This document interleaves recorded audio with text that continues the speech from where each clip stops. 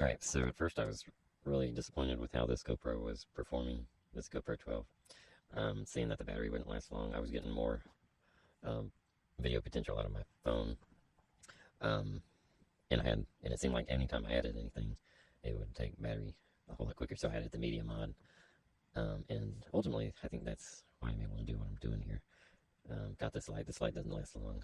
I'm going to add a microphone to it and a lens, but that would have really taken the battery life down quick. I think I was getting like maybe 5 minutes out of it. I mean, you could see it go down fast. So I did just a little bit of research, and it seems like if you take the battery out, so at first I tried the media mod with the battery in, and you couldn't charge it while recording, which was a big drawback, because I could do that with my phone. I could put it on the charger, and it was smart enough to be able to charge and video at the same time. Because I mean, I have a 512 gigabyte card, but what's the use of that if you are constantly having to change batteries? So I ended up, and maybe there's other kind of small inverters, but I have a lot of Milwaukee batteries. This is an XC8. I'm pretty sure it will last all day because I've tried it out. It maybe went down to three bars.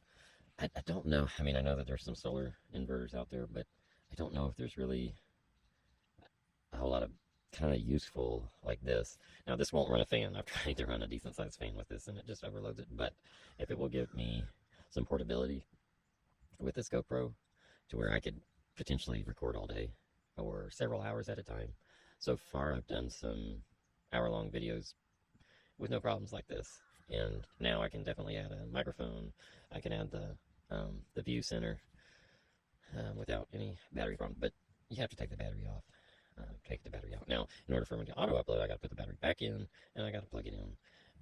So I'm finding out all these little quirks. But this setup right here seems, because this feature here with the media mod allows you to put in the, what is that, the S USB, which the newer style. This right here would be for your external mic, and then this one right here is for the viewfinder, or the HDMI out.